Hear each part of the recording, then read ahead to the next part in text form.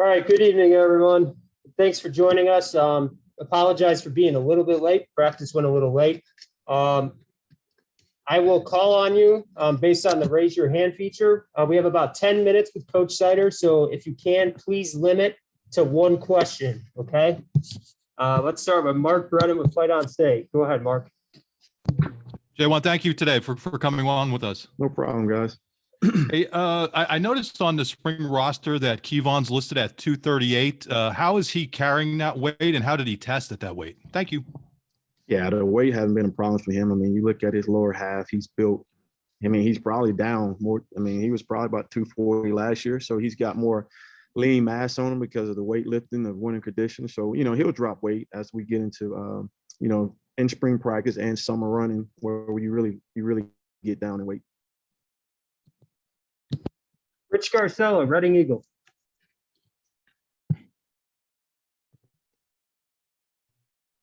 Hey, Ja'Juan, thanks for doing this. Hey, what have you seen from John Lovett so far, and what can you tell us about his background, and what do you expect from him going forward? Well, first of all, expect some leadership. He's a guy who's a senior who took the leap of faith to come here to Penn State. I like how he's done a great job of fitting in the room, not try to put himself above guys or beneath guys. So he really has bonded with the guys in the room. I think he's going to bring some explosion to the offense. You can tell he's a guy who played a lot of games. Now he's just trying to find his way. Anytime you transfer into a new school, you're trying to get to know guys. The good thing, we starting a new system that all guys, learn at the same time. And him being in the Big 12, he's been part of Wendy's offense a little bit. So he's going to have a good background of picking the stuff up that we're doing now. Let's go to Will Pegler with Onward State. Hey, Ja'Juan, how's it going? Hey, Will, how you doing? Good. So we talked a little bit about it with James on Monday, just with Noah Kane. He was saying you guys would like to get some work out of him here in the second half or so of spring practice. What have you seen from him over the past few months, just in the rehab process and really getting back into football shape? Thank you. Well, as Noah, he attacked everything full steam ahead. And it's no different. Even with this rehab coming back off this injury, he's doing the same thing. He's busting his tail in there with Andy and Tessa and the crew in there. He's diligent into the playbook and every meeting.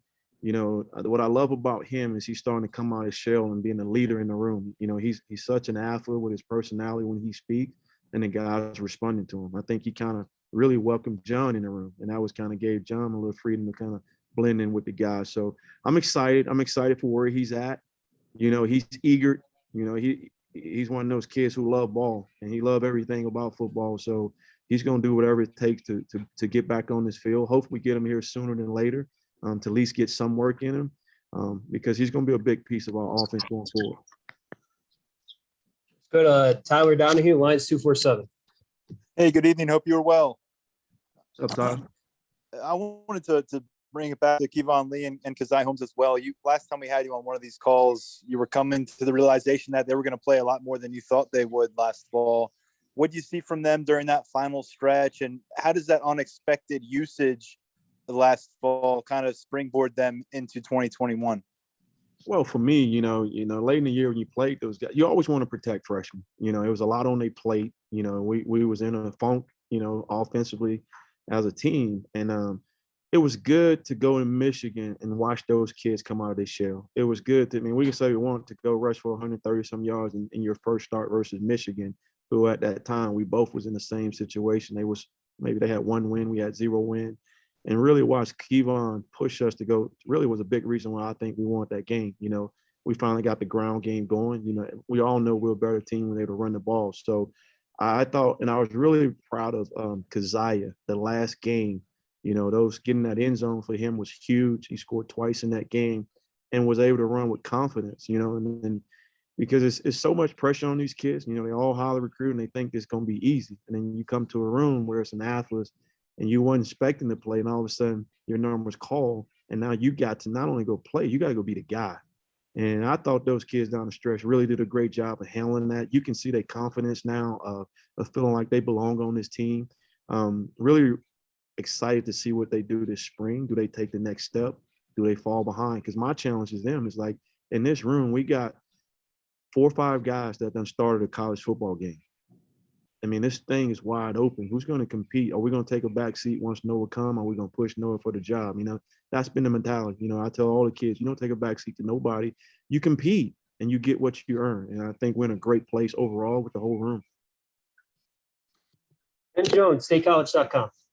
Hey, I'm curious, when you joined the staff, how long did it take you to kind of feel like you were a member of the staff, and how long, how can you help some of these new guys sort of feel integrated into, the staff, since you have so many new faces? Well, I think the biggest thing is communicate, tell the guys some of the ins and outs so they don't walk into it for the first time, because it is hard when you don't know right from left. And, when you work with James, I mean, he's 100 miles per hour on everything, from a text message, from a group message to a recruiting message to getting on the phone with this kid. I mean, it's amazing to work for a guy who got his hands on everything and be functional on everything. So you just try to tell them what to look out for, build sounding board for them. For me, I hit the ground running, but also had great friends. I mean, I had Sean Spencer here. I had Ricky running. So I walked into a place where I knew guys. So I tried to do the same thing for John Scott when he got here. I'm trying to do the same thing for Dex. I did it for Taylor, just to kind of let them know what to be prepared for, because I don't care who you are, you're an adult or a kid. When your first time stepping into something new, it's still new. Where do I go? What room I'm in. So, and then some of these guys coming here in a COVID year when everything was shut down, we don't know which meeting room is what. So it's been an experience. We all kind of take care of each other, like a family does. Go to Audrey Snyder with The Athletic. Hey, Ja'Juan, I was wondering if you could kind of how would you describe a Mike Yursich offense? What do you like about it? And how's the progression been so far? Well, for me, it's something I'm very comfortable with, being in the Big 12, playing at West Virginia, coaching at West Virginia. And we did a lot of some similarity stuff. He followed Dana Holgerson I coached for Dana Holgerson at West Virginia. When Dana left, Mike came in as the OC behind him. So it's a lot of the same principles we did at West Virginia.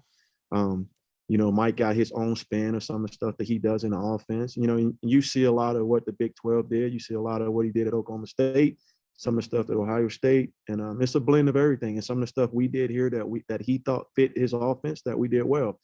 And I'm excited for where it's going. I think the fans going to be excited. I think the kids are very excited because it's an opportunity to play with an up-tempo offense again. And, and really when you play like this, it limits a lot of things what a defense is going to be able to do to you from a defense schematic way. You won't see all the blitz that you normally see versus a team that, slow pace, it's going to be fun. I'll tell you that. Peter Terpstra, WTAJ. Hey, Coach, I'm just curious, what is Journey Brown's involvement kind of with the team? Is he out there with you guys? Do you see him, I don't know, maybe pursuing coaching down the line? Yeah, he's around. I mean, he was here at practice Monday helping around with the guys. He's still figuring this thing out. It's hard to speak for the kid because I can't understand what he's going through as much as I want to. I mean, I tried to do it as a coach, and I know how hard it was for me last year, not having him and seeing him looking 100% healthy, and then you realize you can't coach that kid. He can't get out there and play. So, I mean, it's hard. I mean, any one of us on this call, you've been doing something you love to do and you've been really good at it, and it's taken away and you have no control of it. So I don't know what's next for Journey. I'm trying to help him figure it out. The next thing for him is get his degree, and then kind of let him fill out what he want to do. Because coaching ain't for everybody. It's got to be something you want to do, because we put a lot of hours in. And you got to be committed to it. Because I know for me, when I first got out, when I was done, I ran for a few years. I remember Rich Rodriguez tried to give me a grad assistant job. I was like, nah, I'm good. I'm going to coach high school for a little while. And then I realized I was putting the same type of hours. So I said, let me go to college. So, my biggest thing for Journey is just be there for Journey. Be there for him. Be a dad, be a coach, whatever he needs. And that's what I'm doing right now. He's still around me every week. So we kind of help him through this process. We got time for 2 more questions. We'll go to Dan Galen with Penn Live. Hey, Ja'Juan, you're getting Devin Ford in year 3. What have you kind of seen from him, through this offseason program, and where do you think he can take strides forward, specifically in this new offense? Well, for Devin, it's like we say it every year, and he is one of the most talented kids on our team, even as a running back. But at some point, we got to stop talking about how talented you are, and you got to put it together. You got to put it together for a whole season. I thought he did some really good stuff for us. I thought he played well versus Ohio State. I thought he did some good stuff versus Nebraska. And the Rutgers game, he came back off of injury. Then he got hurt. And then when you open the door for young guys, I mean, they took advantage of it. So for him, it's just better to put a whole season together. I still believe in that kid. I still think he bring a present to what we do offensively, running the ball, catching the ball in the return game. I still believe in his potential as a player.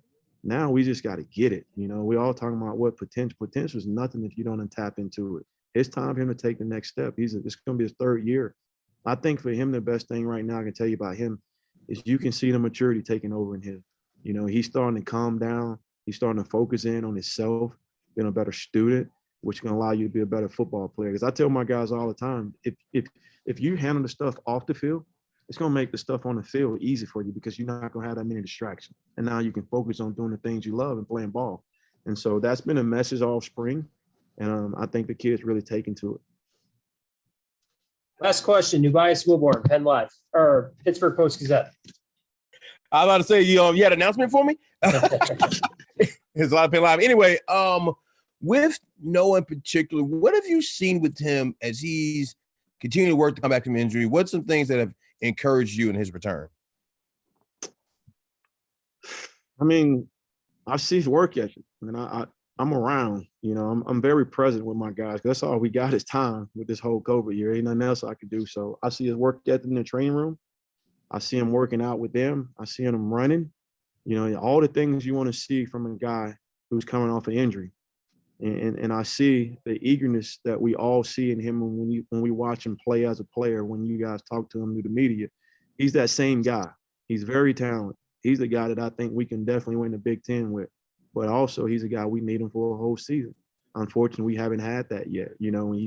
His freshman year, he get a high ankle sprain. You hate it. Injuries happen. It was good to get him back coming from the bowl game, and it sucked. I think it was play 2 in the first game where his injury happened. It was unfortunate because that kid worked his tail off to be the guy. I mean, it was going to be fun watching him and Journey Brown go at it, and feed off each other. I mean, there ain't a doubt in my mind at that point, having all those guys together, we had the best running back room in the country because it wasn't just about their skill set, it was their mindset. I mean, they felt like they were the best player when they touched the field.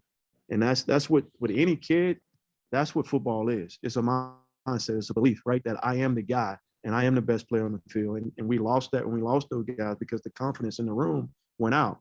And as a coach, it's hard when you're the only one building confidence and being a leader. You're a better team when the players lead. So I think we back to that area. Really excited. Like I said, I'm really excited about this whole group. I think you guys will be too. I think we got a chance to be pretty good. I don't know how good yet, but I'm excited about what they're going to be able to show on this field. All right. Thank you, Ja'Juan. Appreciate it, everybody.